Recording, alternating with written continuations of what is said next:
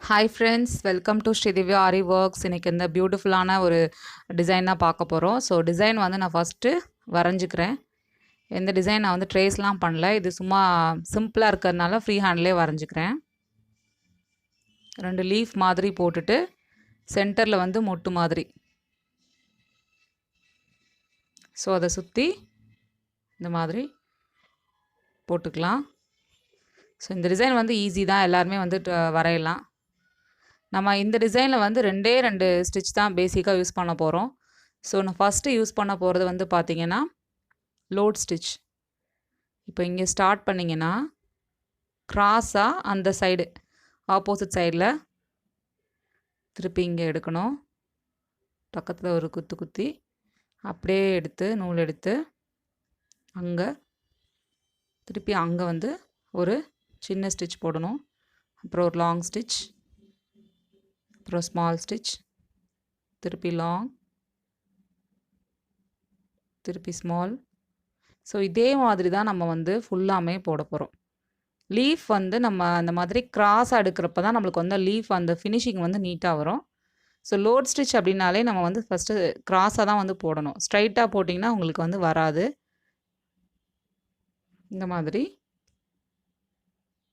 அது மாதிரி ரொம்ப தள்ளி தள்ளி நீங்கள் வந்து அந்த ஸ்மால் ஸ்டிச் போட்டிங்க அப்படின்னாலும் நீட்டாக இருக்காது. ஸோ லாங் ஸ்டிச் பக்கத்துலேயே சின்ன ஸ்மால் ஸ்டிச்சாக போட்டுக்கோங்க.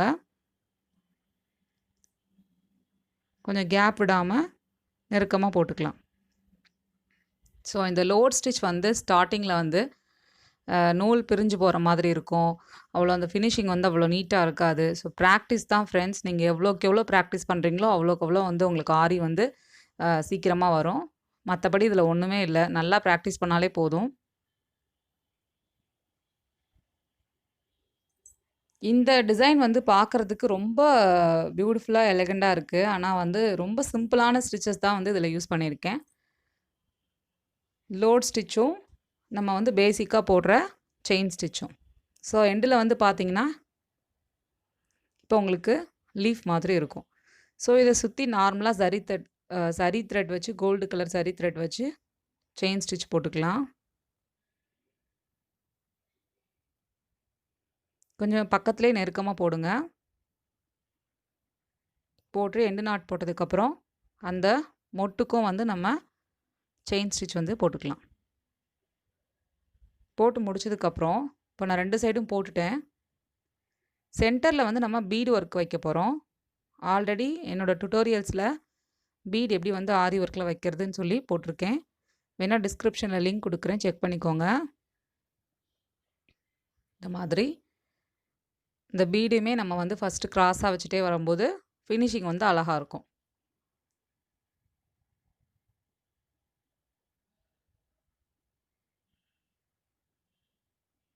இந்த மாதிரி தான் நம்ம ஃபுல்லாமே வைக்க போகிறோம். ஸோ அந்த ஸ்பேஸ் ஃபுல்லாமே நம்ம வந்து பீடை வச்சு கவர் பண்ணிடலாம். நெக்ஸ்ட்டு வந்து பார்த்திங்கன்னா மேலே இருக்கிற ஏரியாவில் வந்து ஃபேப்ரிக் க்ளூ வந்து அப்ளை பண்ணதுக்கப்புறமா அதில்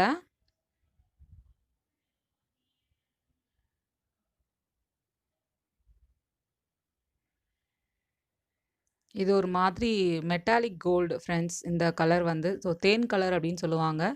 இந்த தேன் கலரில் ஸ்மால் சைஸ் திலகம் ஸ்டோன்ஸ். இதில் நிறையா ஷேட்ஸ் இருக்கிறதுனால பார்க்கும்போது ரொம்ப அழகாக இருக்கும் லைட்டிங்கில். அந்த ஸ்டோன்ஸை ப்ளேஸ் பண்ணுறதுல ஒரு இது சொல்லணும். இப்போ வந்து பார்த்தீங்கன்னா, இப்போ ஃப்ளவர் அந்த மாதிரி அரேஞ்ச்மெண்ட்ஸ்க்கு வந்து நம்ம ஸ்டோன் வந்து வைக்கிறோம் அப்படின்னிங்கன்னா, நீங்கள் இந்த மாதிரி வைக்கணும். அதாவது ஸ்டோன்லேருந்து அந்த ஷார்ப்பாக இருக்கிற அந்த இது வந்து கீழே பார்த்து, அந்த ரவுண்டாக இருக்கிறது வந்து மேலே பார்த்துருக்கிற மாதிரி வைக்கிறப்ப உங்களுக்கு வந்து அது எக்ஸாக்டாக ஒரு ஃப்ளவர் வந்து அப்படியே மலர்ந்துருக்கிற மாதிரி இருக்கும். மற்றதில் நம்ம யூஸ் பண்ணுறப்ப ஸ்ட்ரைட்டாக வைப்போம். ஸோ இந்த மாதிரி ஃப்ளவர் அந்த மாதிரி போடுறப்ப இந்த மாதிரி வைக்கணும்.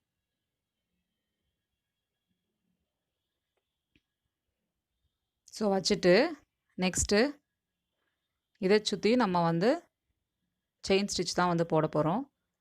நல்லா நெருக்கமாக போட்டுக்கோங்க.